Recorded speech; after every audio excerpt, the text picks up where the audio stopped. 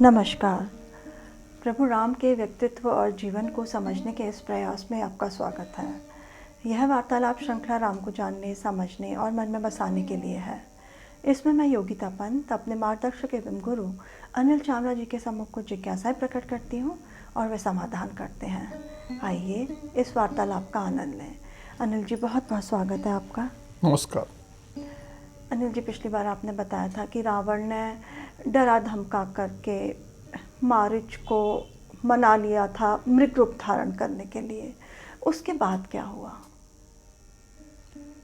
मारीच जैसे भी मान गया। मानने के बाद रावण बहुत प्रसन्न हो गया कि उसका काम हो गया जी। उसने मारीच को कहा कि मेरे विमान में बैठो जी। रथ रूपी विमान था उसका। उसने कहा चलो हम आश्रम के पास चलते हैं, मैं तुम्हें अपने साथ लेके चलता हूँ। वहाँ पहुँचने के बाद रावण ने दिखाया कि देखो ये सामने आश्रम है जहाँ तुम्हें जाना है, और वो वहीं एक तरफ छुप के रावण खड़ा हो गया और मारीच को बोला अब तुम अपना काम करो और जैसा तुम्हें निर्देशित किया गया है वैसे करो। और उसके बाद मारीच ने मृग रूप धारण किया और वह आश्रम की तरफ चला गया और वहाँ पर जाके आगे पीछे होने लगा ताकि सीता की उस पर नज़र पड़ जाए। कभी आगे जाता, कभी पीछे होता और वहीं के वहीं इर्द गिर्द डोलने लगा। अनिल जी, मारीच ने जो मृग रूप धारण किया वो दिखने में जैसे कैसा दिख रहा था? जैसे बोला गया था उसी प्रकार दिख रहा था कि? बहुत सुंदर दिख रहा था। खुद रावण ने ऐसी कल्पना नहीं की थी कि इतना सुंदर हो जाएगा। वो उसके सींग जो थे ऐसा लगता था कि दो इंद्रनील मणियां हैं। उसके मुख जो था लाल था। उसका कान जो थे नील कमल जैसे थे। उसका शरीर सुनहरा था। उस पे जो बूंदें होती हैं चितकबरा जिससे बनता है मृग, वो सारी बूंदें ऐसी थी जैसे कि कोई रत्न लगे हुए हैं। और उसकी पूंछ वो इंद्रधनुष के रंग की थी। तो अपने आप में विचित्र जानवर और बहुत अति सुंदर, अति शोभामयी। लेकिन उसके साथ एक बात अवश्य थी, वो ये कि वो मृग का रूप तो उसने धारण कर लिया, लेकिन वहाँ वन में और भी मृग थे। उन्होंने उसे देखा और उसके पास जब आए मृगों ने उसको सूंघा और जैसे सूंघा सब मृग दूर दूर भाग गए। सूंघते ही मृग को समझ आ गया कि ये तो मृग नहीं है, लेकिन इंसान की दृष्टि से, साधारण मनुष्य का चाहे कोई हो, उसकी दृष्टि से अत्यंत सुंदर, अत्यंत शोभामयी मृग दिख रहा था। फिर सीता की नज़र पड़ी उस पर? बिल्कुल पड़ी। वो तो उधर ही घूम रहा था, इंतजार में था कि सीता मुझे देख लें। सीता ने जैसे देखा तो बिल्कुल मोहित हो गई। जैसे कहते हैं ना कि दिल उछलने लगा कि अरे ये कितना सुंदर जानवर है। और बिल्कुल बाल सुलभ ढंग से या स्त्री सुलभ ढंग से अपने पति और देवर को बुलाने लगी कि हे आर्यपुत्र, हे दोनों भ्राता, इधर आओ, देखो कितना सुंदर मृग है। ऐसा मृग आपने कभी नहीं देखा होगा, जल्दी आओ जल्दी आओ जल्दी आओ करके उन्होंने हल्ला मचाया और दोनों भाइयों को बुला लिया कि वे आएं और देखें ये कितना सुंदर। ये दोनों भाई आए होंगे, राम और लक्ष्मण, तो उनकी ये मृग को देखकर क्या प्रतिक्रिया थी? लक्ष्मण ने देखा और देखते ही कहा कि ये धोखा है, ये मृग नहीं है, ये मारीच है। ये वही मारीच है जो हमें विश्वामित्र के आश्रम मिला था, जो एक बार और मृग रूप लेके आया था और हमने उसे मारा था। ये वही मारीच है और ये उसकी आदत है मृग रूप धारण करना। उसने मृग रूप धारण करके अनेक मुनियों का वध की हत्या की है। अनेक नरेश जो शिकार करने जंगल में आते हैं वो इस माया में डूब चुके हैं और फिर बाद में उनका वध कर देता है। ये माया है। आप ये समझ लीजिए कि विश्व में इस प्रकृति में कहीं भी ऐसा कोई मृग नहीं होता जिसका कि चर्म जो है स्वर्ण का हो और जिसकी बूंदें रत्नमयी हो, ऐसा कहीं नहीं होता। आप मन में विचार लाइए ही नहीं, ये तो धोखा है। ऐसे धोखे के पीछे अपना मन मत ललचाइए, ये लक्ष्मण ने बहुत स्पष्ट कहा। ये इतनी स्पष्ट बात कहने के बाद फिर सीता का क्या कहना था? सीता की स्थिति एक बड़ी विचित्र हो चुकी थी। जैसे मैंने पिछले प्रकरण में कहा कि जो व्यक्ति काम से ग्रसित हो जाता है वह अंधा हो जाता है, उसे हितकर बातें समझ में नहीं आती। और काम का अर्थ ऐसा नहीं है कि स्त्री पुरुष संबंध में यौन संबंधों से संबंधित नहीं। कुछ भी सुंदर लगता है तो वह काम भावना है। अब सीता उस काम भावना से मोहित हो चुकी थी। उन्होंने लक्ष्मण की बात सुनी ही नहीं, वो तो उसी में डूबी थी। अरे कितना सुंदर है, देखो ना उसका कितना चिकना है, मुंह देखो कैसा लाल है, पूंछ देखो कैसी है, उसके ऊपर हाथ फेरने में कितना आनंद आएगा। अरे ये तो मुझे चाहिए ही चाहिए, ये कितना सुंदर है, इसकी सुंदरता ने तो मुझे पागल कर दिया है। आर्यपुत्र, आप तो कोशिश करो कि तो जीते जी पकड़ लो। अगर जीते जी पकड़ लिया तो यह हमारे यहाँ घूमता रहेगा, इसको बांध दूंगी, कितना मैं रोज इसका आनंद लूंगी। और जीते जी नहीं पकड़ सकते, कोई बात नहीं, इसको जब आप मार दोगे, शिकार करते हुए मार दोगे, तो इसका चर्म जो है, चमड़ा, वही उसी में तो सारी खूबसूरती है। उस खूबसूरती वाले चमड़े को मैं अपनी घास फूस की चटाई पे बिछा दूंगी और उस पर मैं बैठूंगी तो कितना आनंद आएगा। सोने का जैसा हमारे पास चर्म हो जाएगा। और फिर अभी हमारी वनवास की अवधि पूर्ण होने ही वाली है। जब मैं अयोध्या जाऊंगी और वहां अयोध्या में आप सिंहासन पे बैठोगे तो सिंहासन पे बिछा देंगे और फिर उस पे हम दोनों बैठेंगे, तो कितना सुंदर लगेगा। अब वो ऐसे सपनों में खो गई कि बस अपने पति से जैसे एक स्त्रियां हट करती हैं कि मुझे तो ये चाहिए ही बस, अब इसमें मैं कुछ नहीं सकती। लेकिन फिर भी ये विदुषी थी, इनको ध्यान आया और इन्होंने कहा कि मैं जानती हूं, मुझे सिखाया गया है कि काम भावना के वशीभूत होके पति को कुछ कार्य करने के लिए कहना गलत है। देखिए बहुत बड़ी बात सीता ने कही, बोली मैं गलत कर रही हूं लेकिन मेरा मुझ पे वश नहीं। जैसे होता है ना, आज भी स्त्री बाजार में जाती है, एक साड़ी दिख गई तो इतनी अच्छी दिखी कि अब तो मन मोहित हो गया। सीता कह रही है गलत है। ऐसे कोई वस्तु सुंदर दिख गई, उसके लिए अपने पति को काम पे लगा देना कि जाओ ये करके आओ, ये गलत है। लेकिन मुझसे मन पे अब नियंत्रण नहीं है, मेरा मन मोहित हो गया है। तो हे आर्यपुत्र, राम को आर्यपुत्र कह के संबोधित कर रही, हे आर्यपुत्र आप मेरी इच्छा पूरी करो। जी, पूरी तरह से मोहित हो गई थी, तो राम जी का क्या कहना था? अब देखिए, राम के सामने दो मत आ चुके थे, एक लक्ष्मण उनके प्रिय भ्राता का और एक पत्नी का।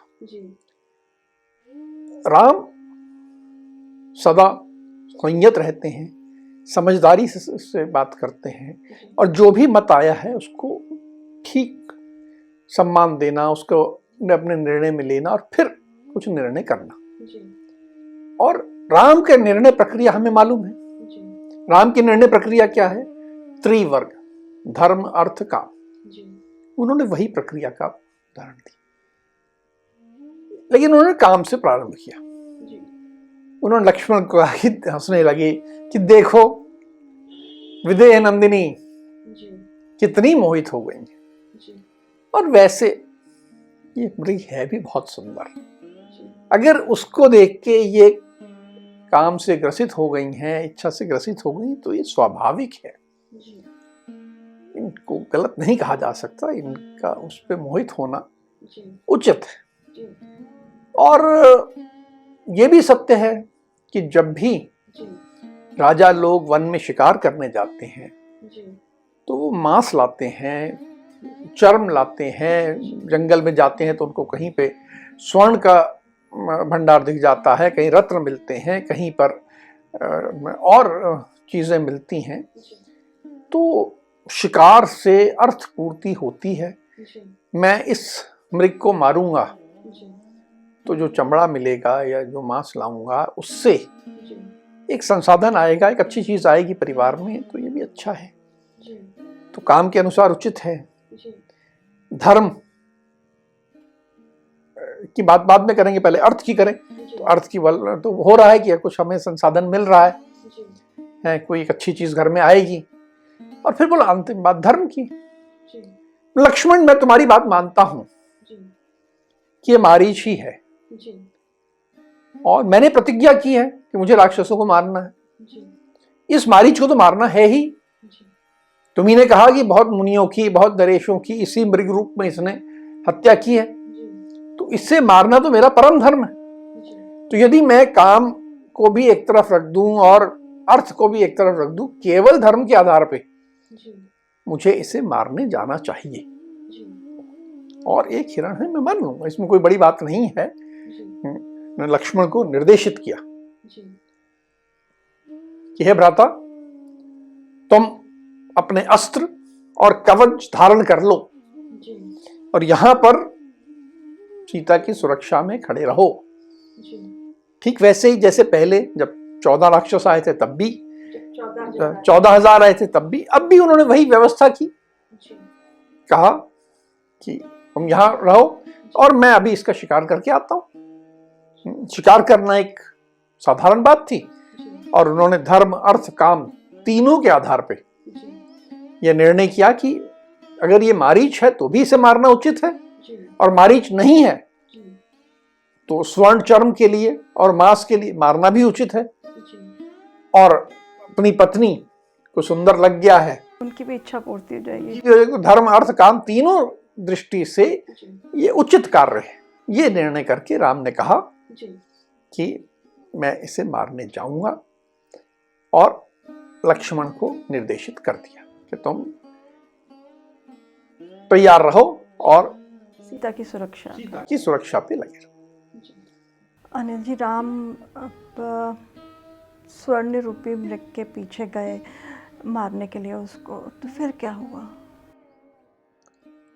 ये जो स्वर्ण मृग था ये तेजी से दौड़ा जा रहा था। जैसे राम पीछे आया, तो जानता था कि राम पीछे आएंगे, और राम की शक्ति को भी जानता था कि तो मारीच था।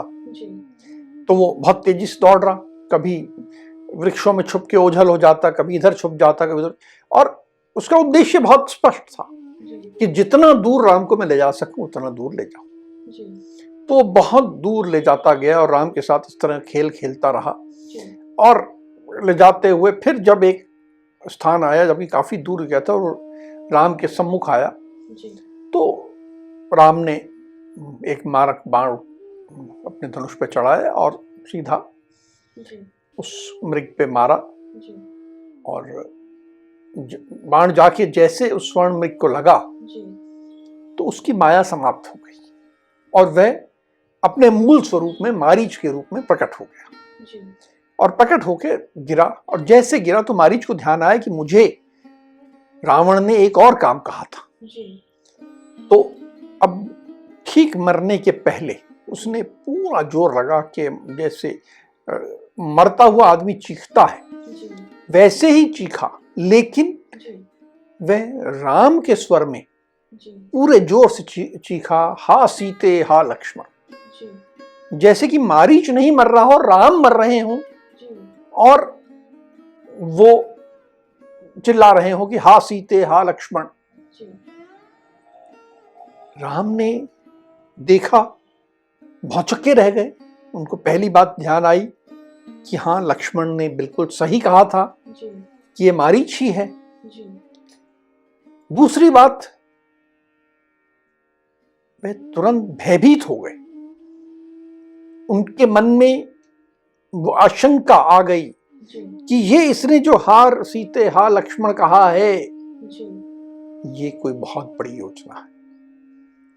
उन्हें समझ में आ गया कि ये योजना केवल इसके मरने से, मैंने मारीच को मार लिया इसलिए मैंने कुछ उपलब्धि प्राप्त कर ली, ये नहीं है। ये कुछ और योजना है जिसमें मैं फंस गया। ये राम को समझ में आ गया और उन्हें लगा कि हाँ, मुझे तुरंत अब वापस जाना चाहिए। काफी दूर भी आ गए थे और वन में एक होता है कि जो भी बाहर जाता है तो सब कुछ दिन भर एकत्र करना होता है, खाने का ये, तो उन्होंने जल्दी जल्दी और भी जो एकत्र करना था वो एकत्र किया, ये लिया और फिर बहुत उतावली से वापस जाने के लिए वो उतावली करने लगे, क्योंकि उनको जल्दी समझ में आ रहा था कि कुछ गड़बड़ हो गई है। क्या हुई है, क्या योजना है, ये वे नहीं समझ पा रहे थे। अनिल जी, मारीच द्वारा हा सीता हा लक्ष्मण कहा, तो ये सीता और लक्ष्मण ने भी सुना होगा, तो सीता की क्या कहना था इस बारे में? ये आवाज पूरी जंगल में गूंजी थी जी। मरते हुए आदमी की बहुत जोरों की आवाज थी जी। और ये जब सीता ने सुना तो एकदम घबरा गई, विचलित हो गई जी। कि मेरे राम संकट में हैं। वे तुरंत लक्ष्मण से बोली जी। कि लक्ष्मण, तुमने ये आवाज सुनी है, ये बहुत आर्त आवाज है जी। लगता है राम किसी बड़े संकट में फंस गए हैं। बिल्कुल ऐसी आवाज है जैसे कि कोई बहुत कितना भी शक्तिशाली बैल हो, उसको चारों तरफ से सिंहों ने घेर लिया हो, शेरों ने घेर लिया हो, तो जैसी वो आवाज करता है वैसी आवाज है। कहीं ना कहीं राक्षसों ने उन्हें घेर लिया है और वे मदद चाहते हैं। तुम तुरंत जाओ, अब यही करना है तुम्हें, अब राम को तुम्हारी आवश्यकता है, तुम यहां खड़े मत रहो, तुरंत जाओ, जल्दी जाओ, उनको बचाओ, वो तुम्हारे भ्राता संकट में है, जाओ। तो सीता का अनुरोध सुनकर फिर लक्ष्मण गए राम जी के पास में? नहीं, राम संकट में हैं, ये सारी बात सीता ने कही जी। लेकिन लक्ष्मण ने कोई प्रतिक्रिया नहीं दी, बिल्कुल आश्वस्त खड़े थे वह, उन्होंने जैसे सुना ही ना हो। फिर सीता ने क्या कहा? अब सीता को लगा ये क्या हो रहा है। अब वो क्रोधित हो गई और लक्ष्मण को कहने लगी कि तुम जा क्यों नहीं रहे हो, तुम यहां क्यों खड़े हो? शायद तुम चाहते ही हो कि राम का कुछ अहित हो। तुम मित्र रूपी दिखाते हो लेकिन तुम वास्तव में उनके शत्रु हो। तुमको तो बड़ी प्रसन्नता हो रही होगी कि राम विपत्ति में है। मैं सब समझती हूं तुम्हारे मन को, तुम्हारा मन काला है। तुम तो चाहते हो कि राम राक्षसों से मारे जाएं और तुम्हारा मुझ पे अधिकार हो जाए। तुम मेरी सुंदरता पे मोहित हो गए हो। तुम जो कर रहे हो ठीक नहीं है।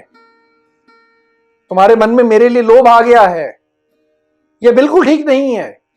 तुम तुरंत जाओ और इस तरह का अपने कालेपन का परिचय मत दो। तो सीता के कठोर वचन सुनकर के लक्ष्मण ने क्या कहा? लक्ष्मण बिल्कुल विचलित नहीं थे। इतने कठोर वचन सुने जी। फिर भी उन्होंने सीता को बहुत शांति से समझाया कि आप राम को नहीं समझती। मेरे भ्राता जो हैं वे कितने शक्तिशाली हैं ये आप नहीं जानती।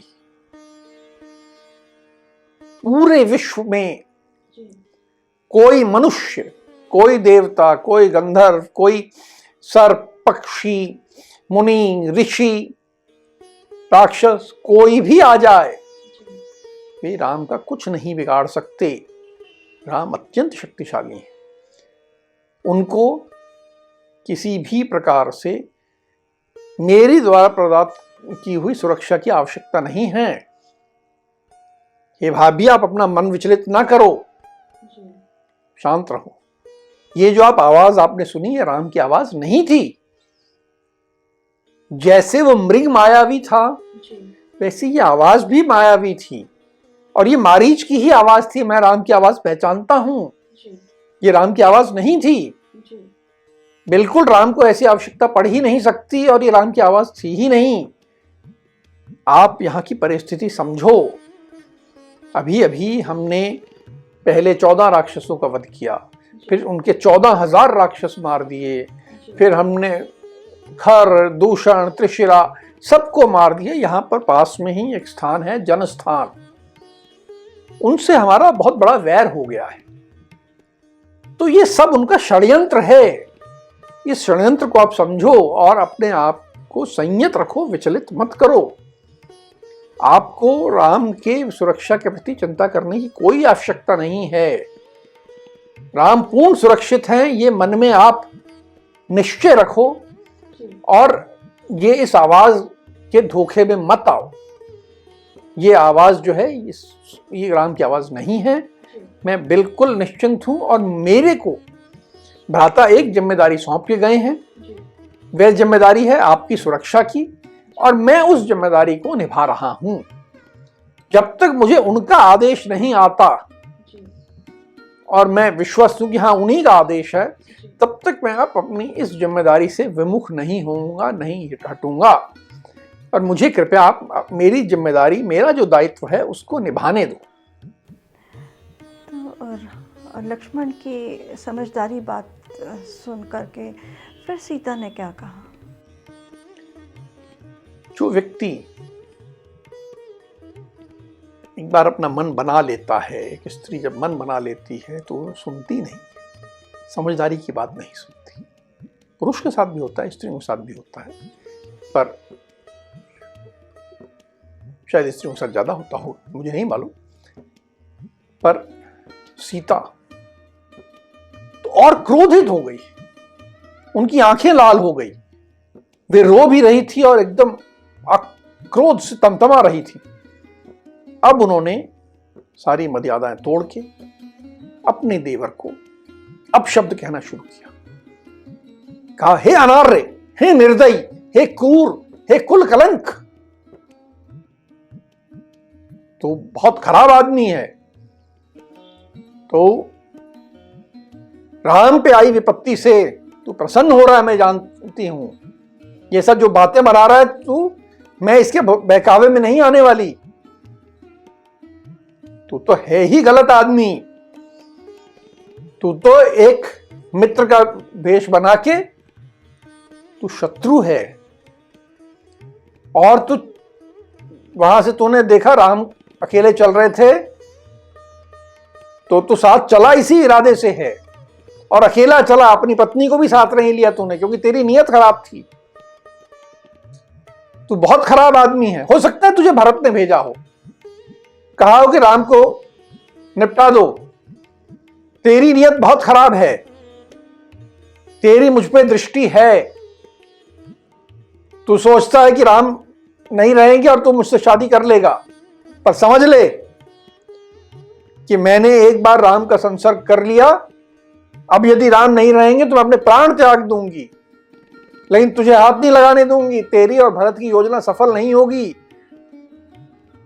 तू तो बहुत तुच्छ प्राणी है। अब इस तरह करके उन्होंने एक एक करके अपशब्द कहे, लगातार बोलती जा रही हैं, चिल्ला रही हैं। ऐसी स्थिति लक्ष्मण के लिए निर्मित कर दी। इतने कठोर वचन सुन करके फिर लक्ष्मण ने क्या कहा? देखिए, इतने कठोर वचन जब भी किसी को कहे जाए तो उसे बुरा तो लगेगा, स्वाभाविक बात है।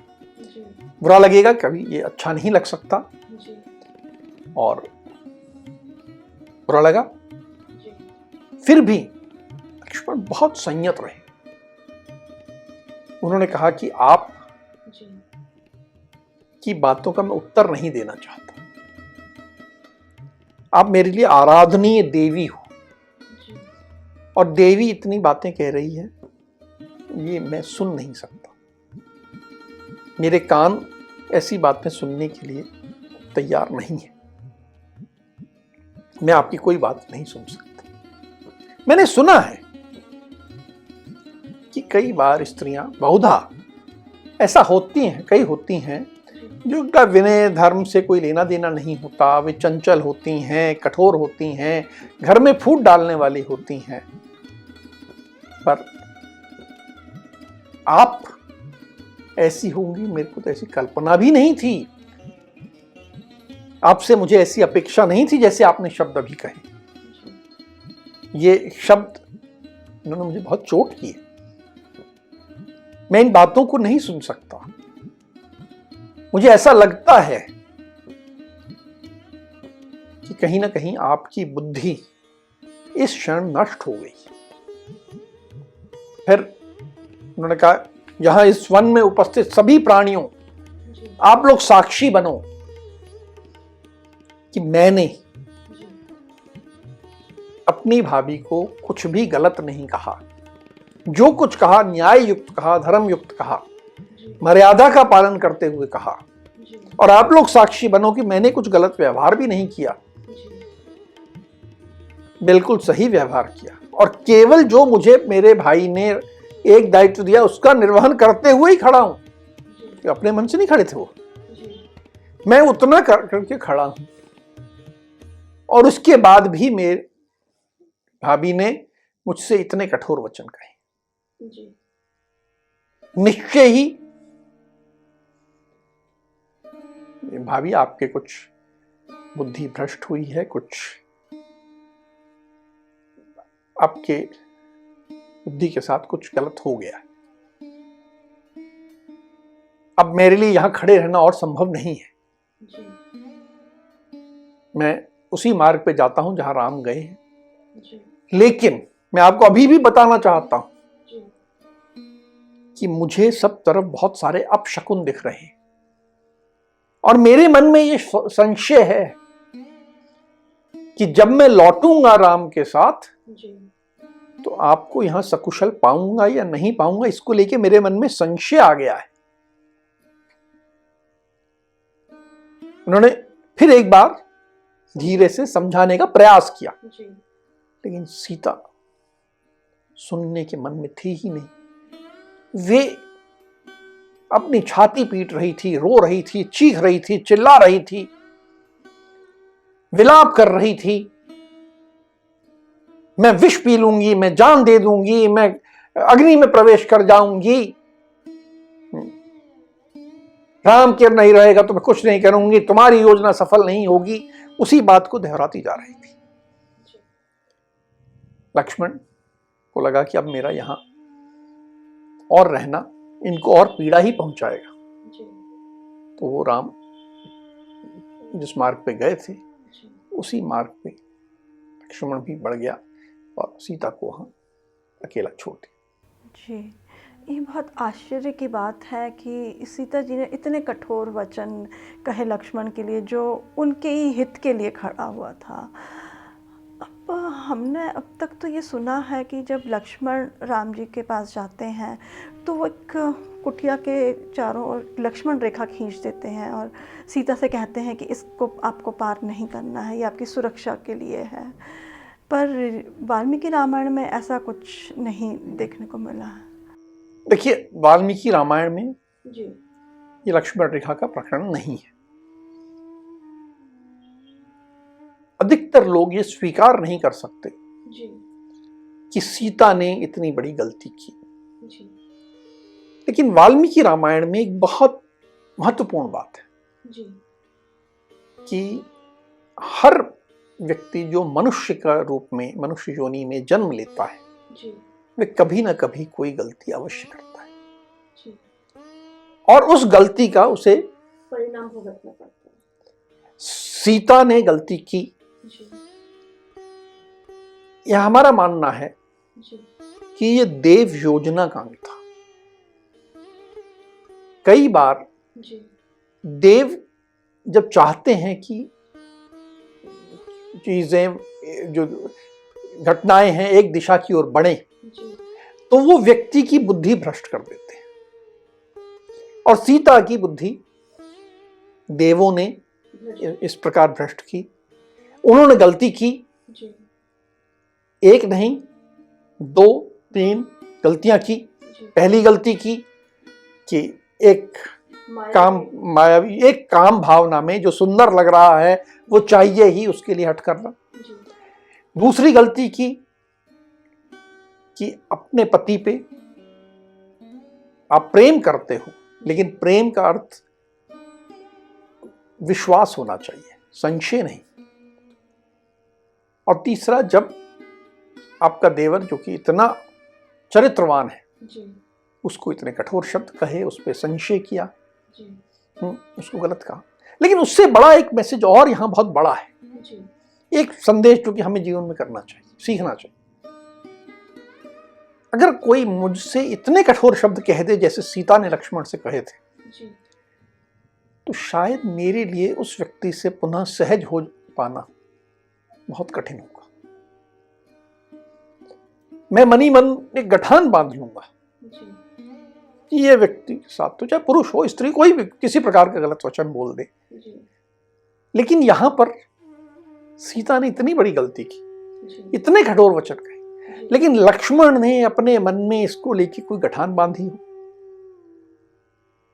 कि, या कहा हो राम से कि भाई देखिए आप अपनी पत्नी के साथ सुख से रहिए, अब मैं तो आपके बीच में नहीं पड़ूंगा, अब मेरा आपका संबंध समाप्त, मैं आपके घर तो आऊंगा भी नहीं। ऐसा नहीं क्या हो सकता।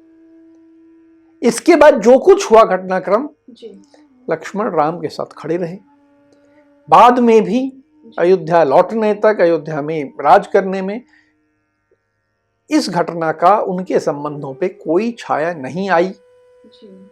ये भी एक सीखने की बात है कि अच्छा व्यक्ति जो हमेशा मेरे साथ अच्छा करता हो, मेरा शुभचिंतक हो, मेरा भला करता हो, मेरा हित करता हो, मेरे साथ खड़ा हो, अगर कभी उसका मन भटक जाए, दिमाग भ्रष्ट हो जाए और मुझे कुछ गालियां दे दे, मुझसे बुरा कर ले, तो मुझे उसे भूल जाना है। क्षमा करने की बात भी नहीं है यहां पे। क्षमा करने में एक आदमी ऊपर चढ़ जाता है ना, बस भूल जाइए उस बात को। उस बात को बिल्कुल अपने संबंधों में कोई काली छाया मत डालने दीजिए। ये बहुत महत्वपूर्ण बात है। जी बिल्कुल सही कहा आपने। अब हम आज की चर्चा को यहीं विराम देते हैं। अगली कड़ी में राम के जीवन से जुड़े कुछ अनछुए पहलुओं के साथ हम दोनों फिर उपस्थित होंगे। राम राम। राम राम।